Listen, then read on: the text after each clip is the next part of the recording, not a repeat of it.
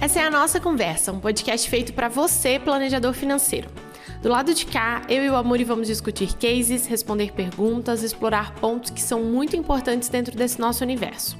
De alguma forma, a ideia é oferecer um pouquinho do que nós adoraríamos ter recebido lá atrás, no início das nossas jornadas. A gente espera, de coração, que cada episódio funcione como um abraço para quando essa caminhada estiver meio solitária demais. Amigos, mais um episódio de Case, o nosso segundo. A gente conversou um pouquinho no primeiro case sobre aposentadoria, um cenário meio cabeludo, em que a pessoa já tinha uma certa idade, queria começar a se planejar, não tinha separado dinheiro nenhum durante a vida, e a gente discutiu um pouquinho.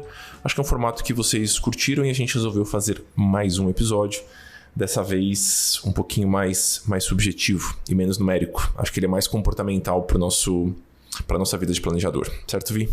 É isso, e esse foi um tema, acho que como vários outros episódios, a gente está trazendo temas que surgiram de conversas lá no nosso grupinho do Telegram.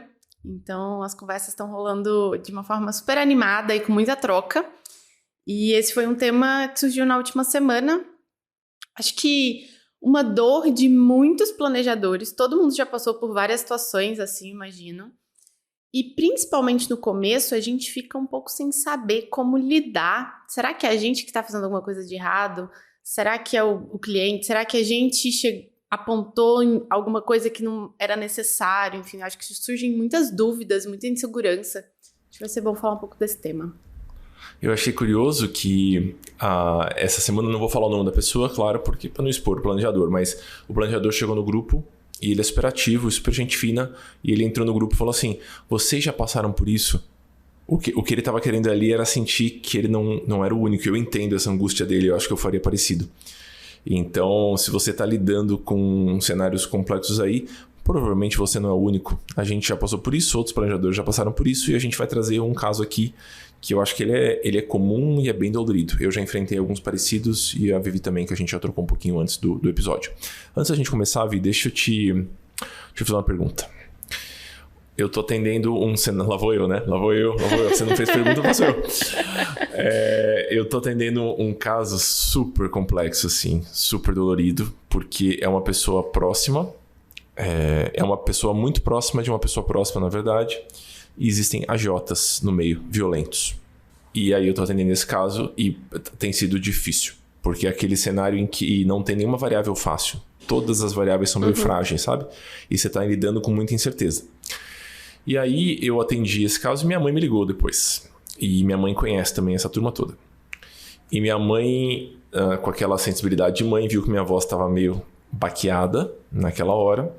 E ela perguntou para mim se depois de um atendimento como esse, se eu consigo seguir com o meu dia normalmente.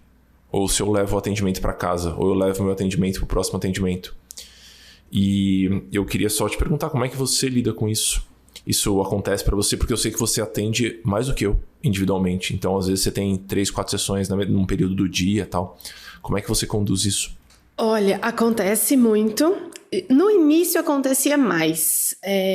De terminar uma reunião e eu senti que eu estava pesada e que aquilo ali meio que a energia da reunião se arrastava, sabe? Ou por preocupação minha pelo cenário, ou porque era pesado demais, né, o contato. Então, mas hoje eu confesso que eu consigo separar um pouco mais. Eu tento, no final da reunião, meio que levar isso para um campo de tá difícil mesmo, mas vamos focar no nosso próximo passo, o que a gente pode fazer, o que está no nosso controle. Mas não é fácil. Isso é uma coisa que é até curiosa, assim, a gente, de alguma forma, precisa se proteger. Meio que a questão do psicólogo, né? A gente precisa se proteger, porque senão a nossa vida, a gente vai carregando aquilo tudo. Então, eu acho que é um ponto que não é fácil de lidar, não tem uma resposta, uma receita mágica de, não, no final é só, enfim, fazer X que tudo vai acontecer. Mas que é muito importante que a gente esteja atento para que isso não cause problemas para nós mesmos, assim, além do dia a dia do trabalho em si. E talvez você esteja pensando aí, mas vai ser insensível da minha parte se eu não me compadecer. Na verdade, o ponto aqui não é se compadecer ou não se compadecer. É você se manter minimamente estável para que você seja capaz, número 1, de continuar ajudando esse cliente, porque ele vai precisar de alguma firmeza, de algum apoio, e de você conseguir atender os próximos. Senão você vai virar a babá de um cliente só. E isso não é desejável.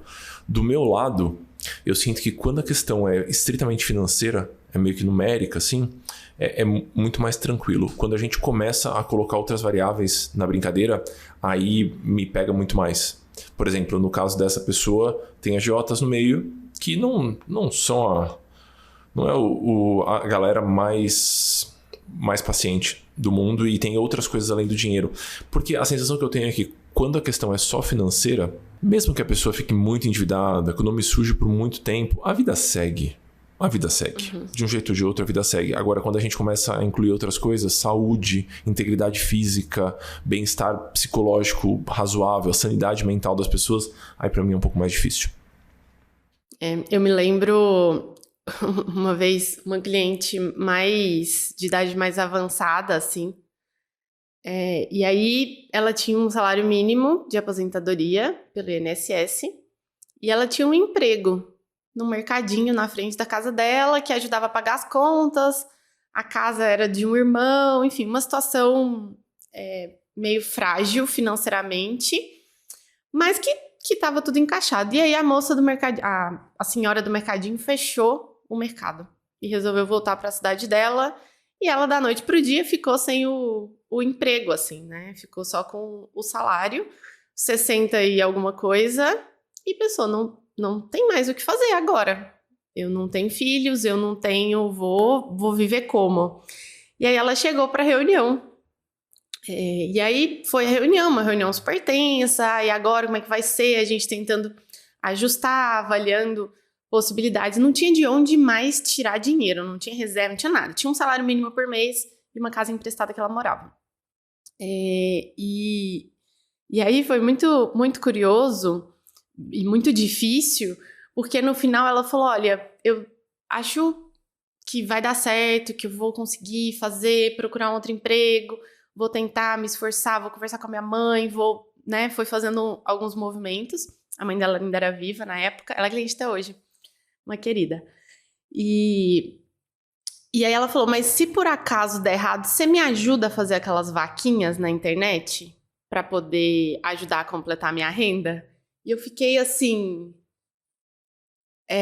sabe, meio que ela estava levando numa boa a situação até então, mas de repente parece que o assunto foi, tipo, você vai estar do meu lado se por acaso faltar comida na minha mesa?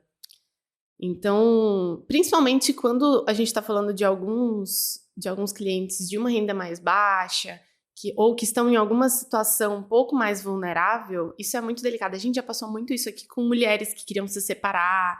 Enfim, é uma situação bem, bem, bem complicada. O que você respondeu para ela, Vi? Falei, sim, pode ficar muito tranquila. E aí eu meio que... A gente já tinha uma relação próxima. Isso acho que é um ponto importante, né? Até pra gente abordar. Porque essas situações de instabilidade da outra pessoa, em alguns momentos, a pessoa quer só falar. Ela só quer desabafar e quer que a gente esteja ali para poder escutar e para poder dar o direcionamento financeiro que precisa ser dado. Em outros momentos, a relação do planejador-cliente, ela já ultrapassou uma linha e ela está se tornando uma espécie de amizade, assim. Então, eu percebo que o cliente, ele espera um pouquinho mais. Ele espera uma coisa de, não, mas eu vou pegar na sua mão e eu vou te ajudar de uma forma mais próxima. Eu acho difícil enxergar essa linha de uma forma muito clara. E eu acho que o bom senso, às vezes, ele vai... Não sei. Você já passou por alguma situação assim, Amori? Já passei, eu tô lembrando da minha cliente, meu Deus do céu. Eu tenho uma cliente, eu não atendo individual mais, mas tem alguns clientes que ficaram dos primeiros anos de consultoria. Então tem uma pessoa que eu atendo há quase 10 anos já. E ela é muito querida, ficou amiga até da Gabriela, minha esposa. E eu lembro que teve um dia que era tipo 10 da noite, assim, aí essa pessoa que é bem mais velha mandou um SMS. Falou, Amor, você pode tentar me ajudar a ver as multas aqui do carro? Era essa a mensagem que ela mandou, assim, às 10h30 da noite. Ai, Deus. E eu olhei para aquela mensagem e falei, meu Deus, eu vou abrir o site do Detran agora e eu vou ter que pedir o Renavan, sei lá o que, da carteira de motorista dela para conseguir ajudar. E eu, quando eu paro para pensar friamente, falo, eu não deveria fazer isso, eu deveria ignorar essa mensagem. E amanhã, no começo do expediente, eu falo para ela, olha, desculpa, não vou conseguir fazer isso, estou com o dia puxado aqui. Mas eu abri o Detran às 10 da noite para resolver. Porque às vezes, sim, a gente tenta manter as relações sólidas e profissionais, mas tem hora que a gente é ser humano também. Eu não ia deixar ela sem conseguir ver as multas do carro dela, porque ela tem dificuldade de mexer em computador. Então, a gente tem que achar um balanço, mas não é fácil. Não é fácil. A maior parte das vezes eu consigo, mas eventualmente a coisa escapa um pouquinho. E eu não sei se é ruim a coisa escapar de vez em quando, só pra gente lembrar que a gente é todo mundo de carne e osso. Vamos ao nosso case? Vamos lá. Estou atendendo um cliente que se mostra realmente instável em termos psicológicos. Em alguns dias ele está eufórico, em outro está extremamente desanimado e às vezes até um pouco agressivo. Como lidar? Muitos pontos aí, né? Muitos pontos aqui. Vamos lá.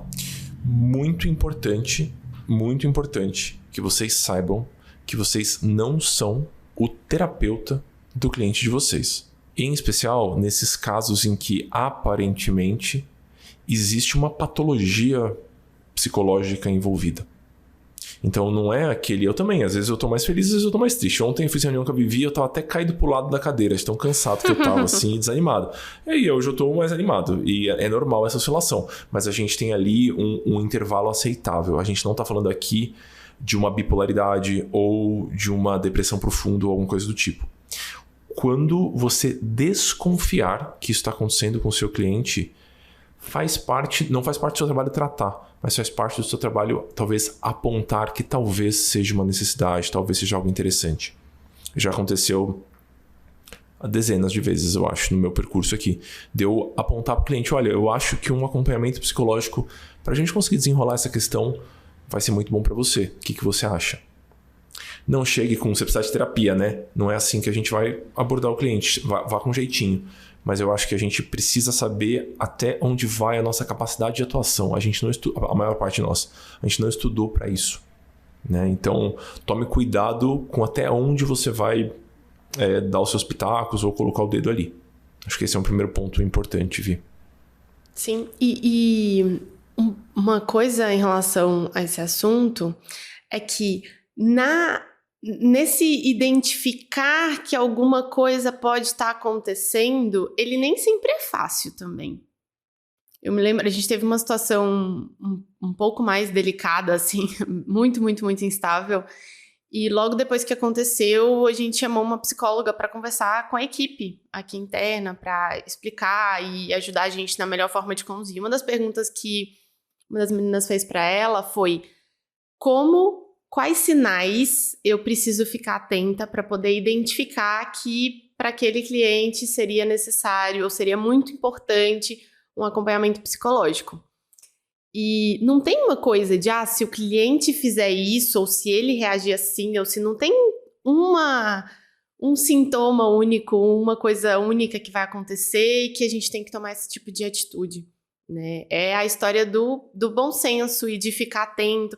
Eu acho que essa conversa no início de toda reunião, que é meio que um quebra-gelo, uma conversa como foi a última semana, como é que você passou, como é que tá a vida, como é que tá o trabalho, uma coisa meio geral, assim, ela ajuda a talvez trazer um pouco do contexto que aquela pessoa tá vivendo, porque pode ser uma coisa pontual. A gente, como você comentou, amor, a gente tá desanimado às vezes a gente tá muito animado, às vezes a gente tá um pouco irritado. Eu lembro acho que o último episódio que eu cheguei e falei, nossa, hoje eu tô atacada. Então, provavelmente, se eu passasse naquele dia por alguma situação que me incomodasse um pouco mais, eu poderia reagir de uma forma diferente do que geralmente eu reajo. A orientação geral que ela passou, dividindo aqui com todo mundo, é que ao primeiro sinal, por menor que ele seja, traz isso para consciência junto com o cliente, porque às vezes a gente pode pensar isso na nossa própria vida, né? A gente tem dificuldade de enxergar coisas óbvias que a gente faz, que a gente reage, enfim. Então, às vezes o cliente de fato não percebeu e ele tá super aberto. Tem que ter um jeitinho de conduzir isso para não ofender, para não, enfim, não tornar isso todo um cenário pior. Mas é importante e faz parte do nosso papel identificar isso, assim, né? Ajudar da forma que a gente consegue. Tem um ponto que eu acho importante, a gente até conversou um pouquinho sobre isso no grupo, né? Muitas vezes o cliente claramente precisa de apoio e de apoio psicológico. E o fato dele, por exemplo, começar um processo de terapia, um processo psicológico, não faz com que o seu trabalho seja menos útil. Eu vejo muitos colegas meio que lavando as mãos, sabe? Ah, não, beleza, agora ele tá com o psicólogo, segue lá com o psicólogo. Não, pessoal, o psicólogo não vai olhar pro fluxo de caixa. O psicólogo não vai ajudar a botar ordem na casa ali. Então, na maior parte das vezes, o que me parece que faz sentido é um trabalho meio que em equipe. Então, você trabalha junto com o psicólogo. Já surgiram casos, e aí a gente fez com consentimento de todos, claro, em que eu tinha até interação com o terapeuta do cliente, para a gente chegar em soluções que sejam mais interessantes, numa logística que seja mais interessante. Mas, repetindo, o fato da pessoa estar em tratamento psicológico ou estar visitando um terapeuta não faz com que o seu trabalho seja menos útil. Então, tome cuidado para não dar aquela espanada do tipo, beleza, agora segue aí você e seu psicólogo, não é por aí, né? Então, a gente está querendo aqui ajudar da melhor forma possível, sempre. Com relação às oscilações de humor durante as reuniões, eu acho que eu fiquei um pouquinho cascudo com isso, Vi. Eu acho que eu ganhei alguns calos, assim. Então, a minha preocupação é em sentir o momento do cliente naquele dia e eu vou tentar oferecer um contraponto interessante para que a gente consiga avançar com os nossos assuntos. Então, se ele tá super agitado, vida louca, eu vou tentar assumir uma postura um pouco mais calma. Se ele está um pouquinho mais introvertido, eu vou tentar ser um pouquinho mais propositivo na nossa conversa. Então eu vou tentando meio que contrabalancear o cliente ali. Como é que você faz? Então, achei curioso você falar isso de contrabalancear, porque eu não faço isso, eu acho. Pelo menos não de forma consciente. Eu tenho a sensação de que, a depender do contexto... Eu não sei se isso vem com uma característica de mulher, jovem, sabe? Todo esse contexto envolvido. Mas enquanto você estava falando, me recordei de algumas situações que eu estava atendendo pessoas, homens, mais que estavam levantando a voz, com uma postura um pouco mais agressiva. E eu tenho a sensação de que se eu tivesse, acalmado, abaixado o tom de voz, e isso teria ido para um lugar não legal, assim. Aí, na verdade, isso não teria funcionado de forma alguma. Então, eu geralmente não reajo assim. Sei lá. Não, mas veja, o espectro que eu estou analisando aqui é o animado e o desanimado, jamais o agressivo. Então, eu tô falando só com o estado de espírito ali, sabe? A energia da pessoa. Eu tenho uma postura bem rígida com isso também, e eu tenho certeza que eu enfrento menos esse problema do que você, por uma questão de sociedade machista. Mas eu acho que nesse cenário é super importante mesmo. Você tem algum exemplo, Vi? Eu tenho vários exemplos, infelizmente, sobre a situação do agressivo, tenho vários exemplos. Em alguns momentos, já até tive uma reação, por duas vezes, uma reação um pouco mais drástica, talvez, um pouco mais dura, mas, na minha opinião, necessária, eu acho que a gente não tá com os ânimos para seguir essa reunião hoje, vamos remarcar e simplesmente encerrar a reunião. As duas vezes foram reuniões online, mas eu já precisei passar por isso. Em algumas situações, a agressividade comigo, em outras situações, a agressividade com a outra pessoa que estava participando da reunião. Sócio, casal, enfim, né? Foi uma situação de cada que já passou por aqui. Então, eu acho que tem alguns momentos que cabe a nós entrar com os argumentos, porque está sendo discutido alguma coisa onde há uma divergência no tema, na opinião, na solução que está sendo proposta, e aí tá tudo certo. Mas a partir do momento que isso se agrava, né, para um campo pessoal, ou ainda que seja com o objetivo que está sendo discutido, o tema que está sendo discutido, mas num tom de voz que é agressivo, eu acho que a gente tem que pontuar e falar, olha, não tá legal esse tom, a gente pode... A minha reação é sempre falar, vamos seguir essa conversa depois, sabe? Ao invés de enfrentar aquilo naquele momento. Porque a outra pessoa tá com a cabeça quente, ela tá estressada, irritada, agressiva por alguma questão pessoal dela, talvez. Enfim.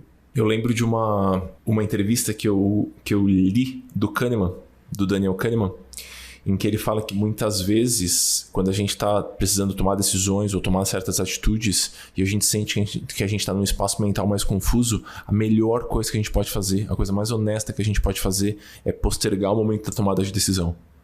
É o movimento mais efetivo. Então, muitas vezes, o que você está precisando é meio que igual quando o seu computador vive, que você reseta o computador, sabe? E começa de novo. Eu não acho que é um caminho ruim.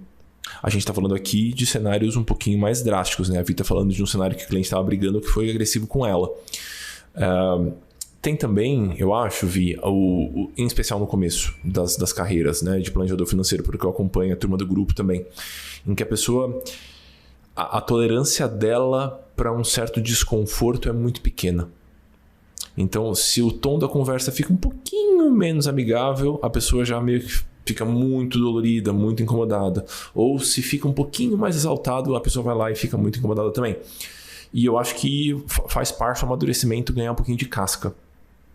Faz sentido para você também? Faz. Algumas reuniões e relações com o cliente, ela vai ficando mais leve, ela vai ficando mais próxima, até porque a gente entra em assuntos muito íntimos, né? As pessoas dividem a vida dela e as dores e as dificuldades com a gente. Mas, para outras pessoas, é só uma reunião de trabalho. É só uma reunião de um assunto. Uma das respostas abertas da nossa pesquisa, a pessoa falou, esse é só um assunto chato que eu tenho que lidar. E eu gosto de ter ajuda para isso. Então, às vezes, o cliente que ele é um pouco mais fechado e direto ao ponto, e não é que aquilo ali tá ruim, a gente não pode se sentir inseguro, assim. É só um trabalho. Do mesmo jeito que a gente contrata alguns trabalhos só pelo trabalho em si. Justíssimo. Eu acho que tem um pouco, Vi, uma pontuação meio dura, mas eu acho que é importante ser feita. Tem um certo autocentramento na nossa profissão. Uma vaidade de achar que se a situação não está resolvida ou se a situação não está muito gostosinha, a culpa é nossa. E, gente, assim, quem somos nós? Às vezes a vida da pessoa tá de cabeça para baixo, ela tá com 1000 outros problemas. Não é os seus olhos azuis, não são os seus olhos azuis que estão fazendo aquela situação ficar ruim. Então, a gente vai participar desse rolo todo e, por vezes, a situação vai ser meio torta mesmo e a gente só vai tentar deixar a coisa um pouquinho menos torta, mas a situação vai ser desconfortável para todos. É um trabalho, pessoal. Né? Senão não seria trabalho, a gente não cobraria para isso. Então, só para a gente desenvolver um pouquinho de casca, que eu acho que é importante, porque em alguns momentos você vai ter que ser a pessoa que sustenta aquele negócio. Então, você vai ter que ser a parte mais estável daquela relação com aquele cliente. Então, eu acho que vale trazer este ponto por aqui também. Eu nunca lidei com um cliente que eu chamaria de agressivo, mas eu já lidei com clientes que são ríspidos, muito ríspidos. Eu lembro que eu estava atendendo uma vez era uma espécie de lanchonete, assim, um restaurante, digamos assim. E a gente estava numa reunião que estava eu, a gerente comercial e a dona, né? E eles têm um trato meio bruto entre eles, assim, né? E eu lembro que eu estava num dia ruim também. E aí ela meio que deu uma resposta torta para mim, né, no mesmo nível que ela tratava os funcionários dela. E aí eu não me aguentei no dia e eu falei para ela, olha, em primeiro lugar, eu não acho que eu trato certo com os seus funcionários, mas infelizmente não me compete isso. Você pode usar o tom que você quiser e se eles estão aceitando, tá tudo bem para eles também, vocês se trocam essas farpas, mas eu não sou seu funcionário. Então, se você quiser continuar o nosso processo aqui, eu acho que a gente vai ter que achar um tom mais condizente. E a coisa meio que até avançou por conta dessa enrijecida na relação. Então a gente pode experimentar caminhos que eu acho que são distintos e podem levar para lugares interessantes também. Sim. Para quem está começando, talvez ter uma frieza de parar e fazer uma fala como essa que você fez, assim, na hora da reunião, é difícil mesmo, né? Então, se você tá pensando aí, mas eu não sei se eu teria coragem de falar isso, porque às vezes a gente até sabe o que a gente tem que fazer, mas a gente não tem coragem, né? Porque sabe lá o que o cliente vai responder de volta, e o que ele vai ficar pensando, e todas aquelas inseguranças, né, no início. Mas é o tempo. É o tempo e essa segurança de que a gente sabe até onde é o nosso papel, a gente sabe como a gente espera ser tratado, como a gente merece ser tratado, assim. Acho que tem esse ponto. Queria fazer um parênteses sobre o modelo de negócio nessa história toda. Se essa cliente fosse a responsável por todo o meu faturamento daquele mês, eu não sei se eu teria peito de fazer esse comentário. Mas como no meu modelo de negócio eu atendo, na época atendia algumas dezenas de clientes, se ela falasse assim, Muri, vai para casa então, acabou nosso contrato aqui, eu ia falar, ok, então eu vou para casa e acabou nosso contrato aqui. Mas se fosse meu único cliente, ou se eu tivesse fechado um pacote, por exemplo, que eu vou dedicação exclusiva por algum tempo, e eu fosse perder esse contrato e eu dependesse desse contrato para pagar minhas contas, eu acho que eu teria alguma dificuldade. Então isso entra para mim na discussão do modelo de negócio. Se você tem vários clientes, você pode se dar ao luxo de eventualmente ter uma atitude um pouquinho mais incisiva, mesmo que você corra o risco de perder o cliente. Sim. E uma pergunta assim, se você sabe, vamos pensar nesse exemplo aí seu do restaurante. Se você sabe que eles são mais difíceis, que é uma relação mais pesada, que, enfim, eles querem voltar a fazer a consultoria, você cobraria mais caro? Aconteceu. Exatamente esse restaurante que eu já te contei qual é. Aconteceu e eu neguei a consultoria. Eu estava já em outro momento, a demanda estava grande e eu não ia fazer nenhuma diferença na vida financeira, e eu acho que em alguns momentos acho que o melhor a fazer é encerrar a relação. Eu frequento esse restaurante hoje, né? Mas eu não gostaria de voltar na posição de consultor para esse lugar. Eu sou ótimo na posição de cliente, o lugar é maravilhoso. Mas na posição de consultor eu não gostaria de voltar. Então, por dinheiro nenhum. Porque essa é a minha situação financeira e do meu negócio hoje. Se fosse em outro contexto, talvez eu tivesse outra atitude. Mas você acha que se você quisesse voltar, é justo cobrar mais caro ou não? Sabe? Tem um acréscimo ali na linha da precificação de esse daqui tem que pagar um pouco melhor. As minhas ponderações sobre precificação não são muito populares entre as pessoas. As pessoas acham um absurdo o jeito que eu precifico, de cobrar o que eu acho que eu tenho que cobrar de cada cliente sem ter uma metodologia muito clara, né? Inclusive, eu tô ansioso pra gente chegar nesse ponto na nossa formação. Aliás, amigos, um jabá honesto aqui. A gente já contou para vocês, né? Que em maio de 2022 a gente começa a primeira turma da nossa formação. E todas as informações estão em nossa.cc. Pronto, parênteses do jabá feito. Eu tô ansioso pra gente chegar nesse ponto da formação em que a gente vai discutir essa questão de precificação, porque eu sei que eu e você usamos abordagens diferentes com relação a isso. Então, eu acho absurdamente justo, não teria problema algum, mas algum em cobrar mais caro dessa cliente, porque vai me demandar mais emocionalmente, internamente.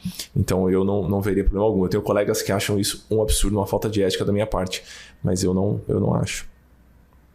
Eu me lembro a primeira vez que eu precisei pensar nesse assunto, mas como consultora, assim, porque eu estava atendendo uma empresa. E eles chegaram e falaram, Vivian, como que a gente considera na precificação os clientes que são chatos? E aí eu... Como assim? Não sei, calma, vou pensar. E a gente simplesmente acrescentou uma linha na precificação, um reajuste de tipo, olha, cliente nesse perfil aqui reajusta 20%, reajusta 30%, não lembro exatamente como foi. Mas é isso, influencia, né? A nossa vida, a rotina de trabalho e o volume de trabalho, influencia tudo, eu acho que é justo. Mas você não vai me deixar sozinho nessa minha ponderação aqui sobre não atender de novo esse cliente chato, porque eu sei que já aconteceu com você, porque a gente já conversou sobre isso. Você vai contar o seu caso aqui também, neste episódio. Já aconteceu. Aconteceu recentemente, inclusive. É esse caso aí que eu queria que você contasse. Aconteceu recentemente. É engraçado assim, porque em alguns momentos a gente sabe no início da consultoria, na prospecção, antes de passar a proposta, que vai ser um caso difícil. com alguma frequência chegam clientes que falam, então, mas essa consultoria aqui vai ser comigo e com meu esposo, e meu esposo é muito difícil, então você já prepara. Quando acontece isso numa reunião de prospecção, eu já estou preparada. Eu já vou fazer a proposta pensando que aquilo vão ser reuniões mais longas, vão ser reuniões mais difíceis, vai ter mais trabalho fora reunião, porque a pessoa já veio contando um contexto complexo. E se a pessoa conta que é um caso emocionalmente difícil, é muito mais, né? Em outros casos, acontece que a gente não descobre isso antes. A gente entra na consultoria super animado, vai ser ótimo, lindo, e de repente é uma consultoria muito difícil por conta dessas instabilidades, das formas, né? A relação que não funciona tão bem. E aí, recentemente, aconteceu do cliente querer voltar para a consultoria. E hoje, eu fico um pouco mais confortável de simplesmente falar, olha, então, eu só tenho agenda para junho, não vai dar. E o que de fato é verdade, porque tem aí a formação que a gente está bem, bem focado nisso. E aí eu consigo passar para alguma outra consultora aqui internamente ou simplesmente não enviar uma proposta. Então, hoje acaba que eu tenho essas duas opções. Mas o fato isso acontece hoje quando o financeiro está um pouco mais tranquilo. No começo, eu atendia. Eu me recordo de uma consultoria que o cliente, ele dormia. Ele simplesmente... ele dormiu umas 3 vezes, assim. E aí ele dava umas pescadas e aí ele acordava e falava, nossa, eu tô muito cansado. E aí, assim, a consultoria não dava. Ele tava zero interessado naquilo, sei lá, que era. Tentei várias estratégias, pegava, pedia pra ele imprimir umas coisas pra ele preencher na mão pra ver se ele mantinha acordado, assim. Nada funcionava, ele sempre dormia. Só que na época eu tava começando e eu pensava, não, vou aqui, esse cliente, ele financeiramente impacta aqui dentro do meu faturamento, vou me submeter a essa situação. Hoje, não sei como eu reagiria, mas me incomodaria muito mais, obviamente. Seguindo um pouquinho, Vi, com o nosso case aqui. Então, o que a gente concluiu é que a gente vai ter que criar um nível de tolerância para conseguir lidar com esses casos que são mais instáveis. A gente falou um pouquinho sobre a necessidade de contar com o apoio de outros profissionais. E acho que a gente poderia falar um pouquinho sobre alguns artifícios que a gente pode usar quando a coisa não tá andando porque o outro lado tá eufórico demais, desanimado demais ou agressivo demais. Acho que no caso da agressividade, você deu sua ponderação e eu concordo com ela. Você encerra o processo ali quando você quando passa do ponto do que é o tolerável ali. Mas no caso da euforia e do desânimo, eu acho que a gente pode discutir alguns artifícios. Você falou como se fosse algo corriqueiro e normal, eu acho que é um ponto que passa desapercebido para muitas pessoas. Você falou, às vezes eu peço para ele ser mais ativo durante a consultoria, escrever alguma coisa, anotar alguma coisa. Vamos discutir um pouquinho esses artifícios, que eu acho que eles são muito úteis. Eu acho que essa história do desânimo, da motivação, né, tá meio ligado ali com essa motivação. Às vezes a gente pode errar o julgamento disso. Será que é o cliente que tá desanimado e não tá fazendo o que precisa fazer e a consultoria não tá andando? Ou será que a gente tá colocando barreiras demais nesse planejamento financeiro?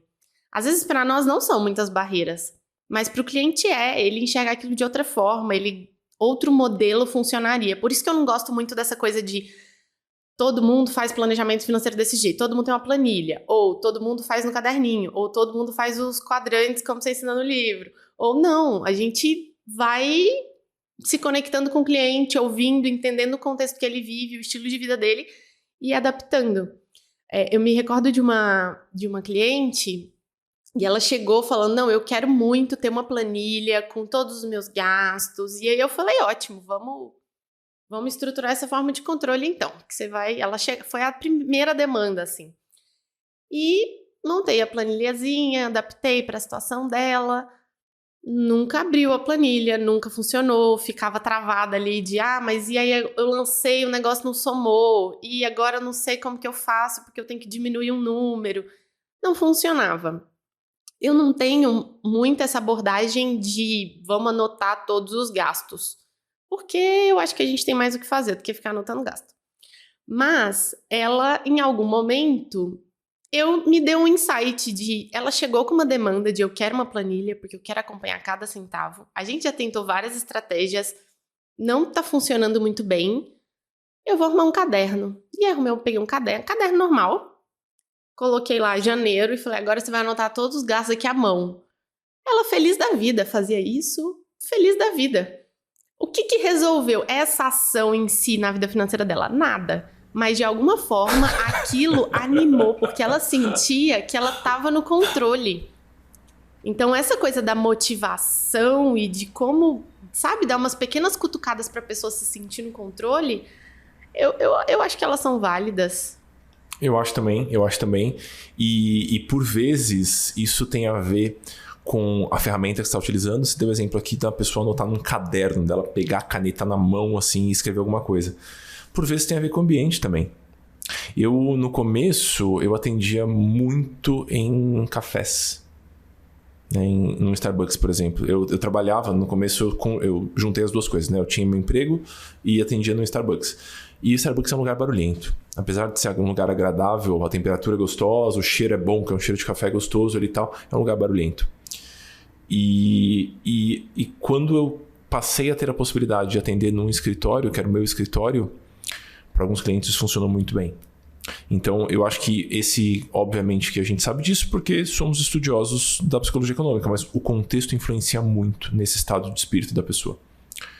Então, às vezes um cafezinho, às vezes uma cadeira diferente, às vezes um lugar diferente, às vezes mudar um pouquinho o local das reuniões.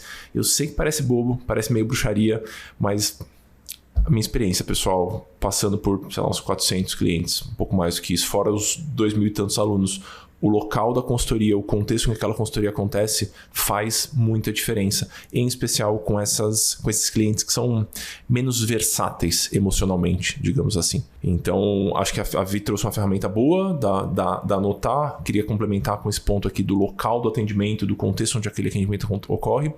E por caso contrário, Vi, pro agitadão, pro eufórico, o que a gente pode fazer? Como é que a gente pode lidar com esse ponto? Um perfil que eu percebo alguma dificuldade, assim, é sempre uma consultoria mais delicada, é aquela pessoa sonhadora.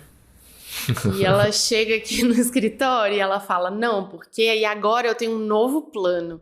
Eu quero ir para o Japão estudar acupuntura.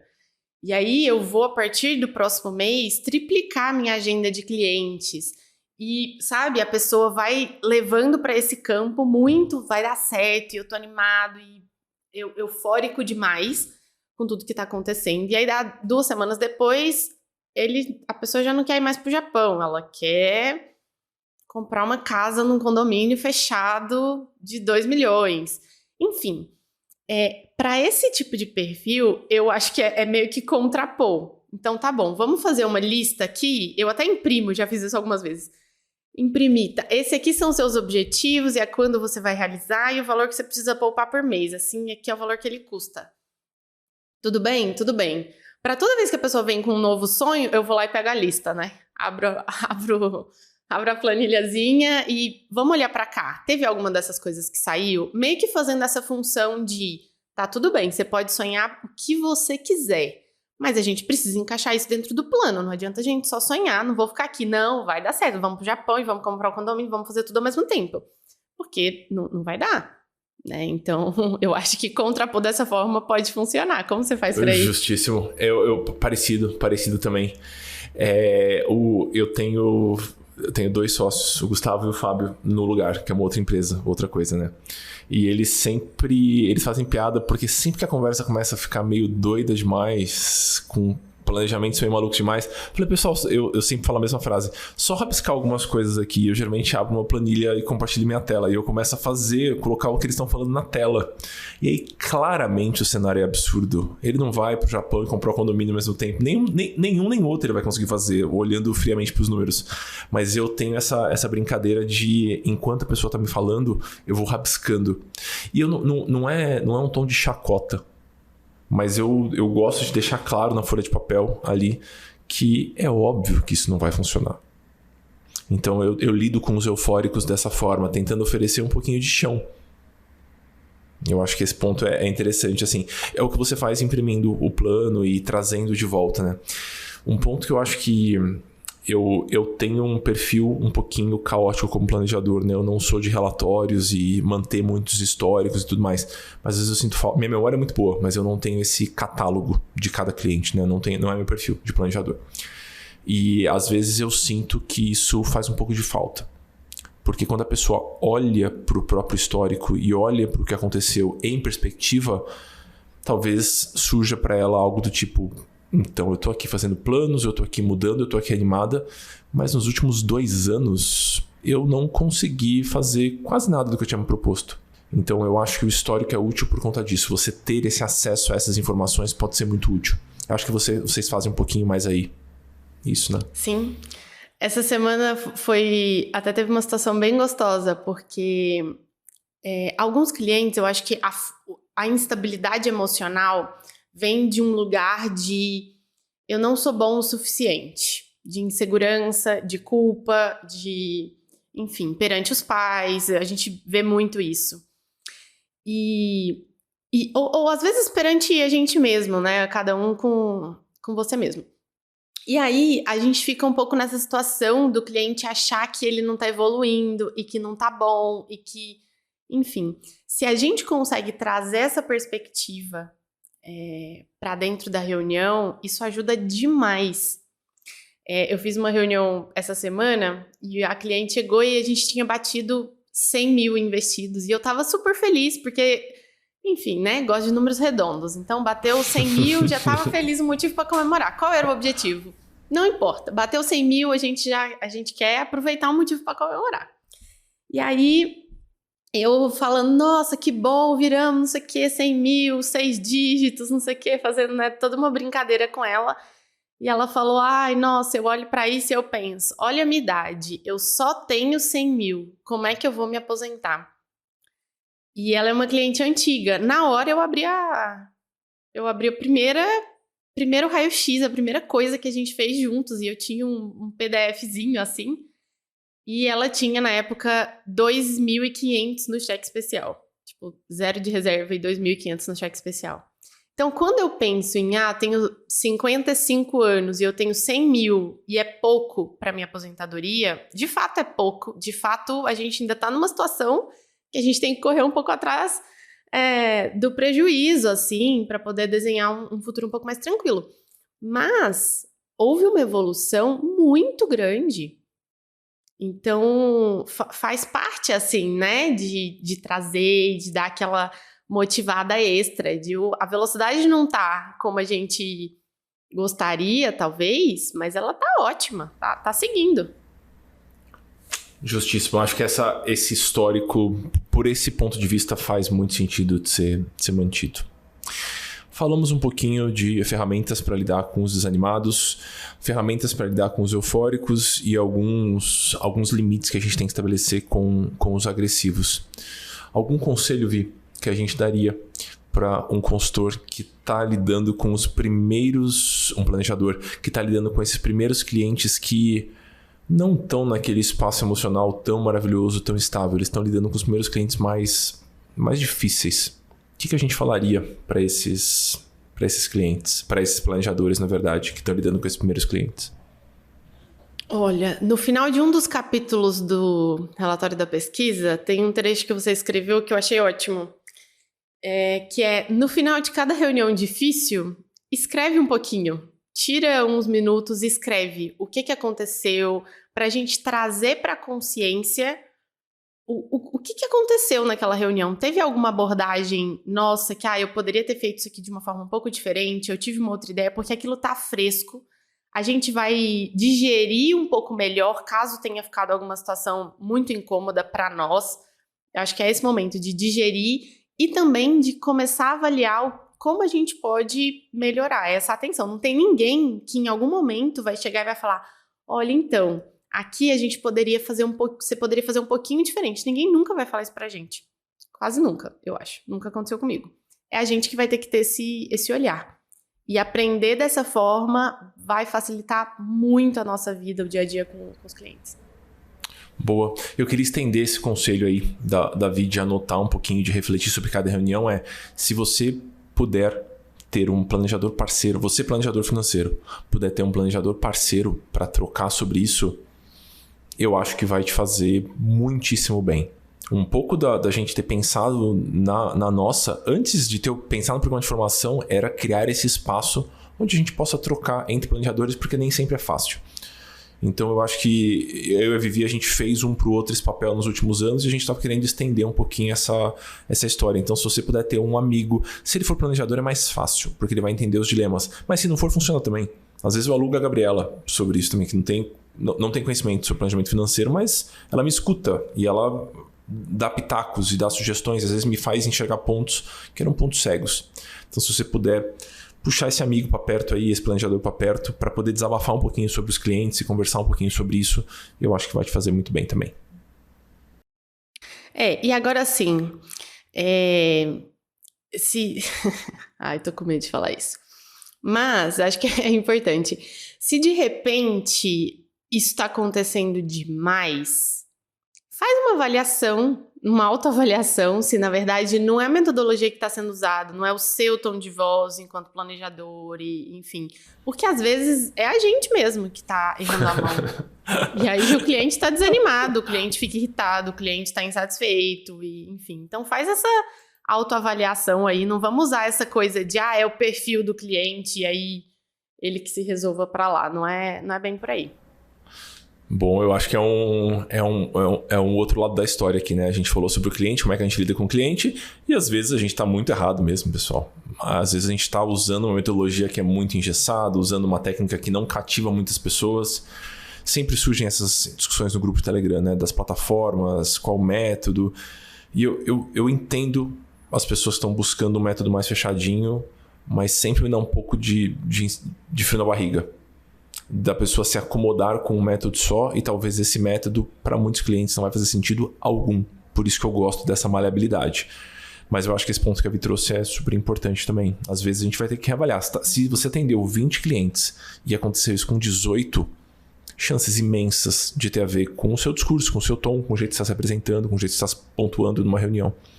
Então, reavalie. Com quantos por cento você acha, Amori, dos seus clientes que tem situações mais delicadas, assim? 10%? Menos, minoria, né? Minoria. Eu diria ali 10% no máximo, assim. A maior parte das consultorias é um feijão com arroz, pessoal. Porque assim, eu consigo até... Eu sei os ganchos e as piadas e os comentários que eu vou precisar fazer. Tento sempre estar o mais aberto possível e o mais espontâneo possível, mas as situações se repetem. As situações se repetem muitíssimo. Mais um ponto que eu acho que é importante, que me veio na cabeça agora. Tome cuidado para não julgar a sua qualidade de atendimento ou o seu atendimento com 2 ou 3 clientes, né? Porque quando a gente tem 2 ou 3 clientes só, 3 clientes são 100% do que a gente já atendeu e a gente acha que é muita coisa. Mas com 2 ou 3 clientes você não tem visão nenhuma de nada. Então, vamos chegar numa massa crítica mais significativa, né? Na hora de fazer as avaliações. Então, você já usou, Vi, acho que os 100 primeiros clientes, que é um marco importante, né, para isso. Eu diria que assim, os 20, 30 primeiros clientes para você avaliar o que está acontecendo, para você se colocar em situações diversas, para você não ficar meio que overthinking a coisa sem uma base de dados um pouquinho mais significativa. Temos um episódio? Agora temos um episódio. É isso. Queridos, deem uma olhadinha lá na nossa.cc, tem todos os links, o link pro canal do Telegram, o link pra nossa newsletter, que é o jeito mais fácil de você acompanhar o que a gente tá falando. E se você gosta da abordagem que a gente utiliza por aqui, se você acompanha os nossos trabalhos e acha que é uma abordagem interessante, considere aplicar para a nossa formação. A gente vai começar em maio. E as listas já estão abertas para quem quer aplicar. E aí preencha com carinho, conte um pouquinho da sua situação para que a gente possa avaliar se faz sentido para você. E você será muitíssimo bem-vindo. É isso? É isso. Logo mais em abril, maio, a gente está começando essa turma. E tô animada com todas as trocas. Acho que vai ser um aprendizado muito, muito, muito legal pro grupo todo, né? Como você comentou, acho que mais do que o aprendizado de uma forma única, nossa ensinando e dividindo tudo que a gente já passou até aqui, a troca entre planejadores vai ser bastante rica. Eu acho que o grupo, o Telegram, uma amostra grátis disso, assim, é um conta-gotas disso, assim. Valeu, queridos. Até semana que vem. Um abração e seguimos. Tchau, tchau.